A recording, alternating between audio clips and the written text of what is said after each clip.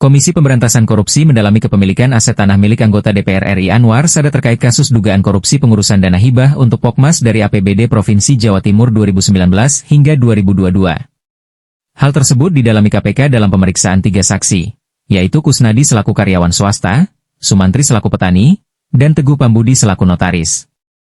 Pemeriksaan dilakukan di Polresta Banyuwangi. Semua saksi hadir.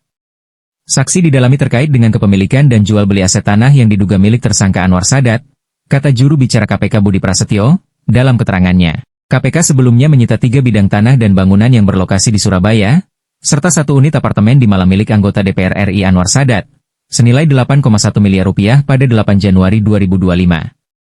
Penyitaan aset tersebut terkait dengan kasus korupsi pengurusan dana hibah untuk Pokmas dari APBD Provinsi Jawa Timur 2019 hingga 2022. Pada 8 Januari 2025, KPK melakukan serangkaian tindakan penyidikan berupa penyitaan 3 unit tanah dan bangunan yang berlokasi di Surabaya dan 1 unit apartemen yang berlokasi di Malang yang secara keseluruhan bernilai 8,1 miliar rupiah, kata juru bicara KPK Tessa Mahardika Sugiarto, dalam keterangan tertulis. Tessa mengatakan, penyitaan dilakukan karena diduga aset tersebut diperoleh dari hasil tindak pidana korupsi dana hibah untuk Pokmas dari APBD Provinsi Jawa Timur 2019 hingga 2022. KPK akan terus berupaya semaksimal mungkin mengembangkan perkara yang sedang disidik dan meminta pertanggungjawaban pidana, ujar dia.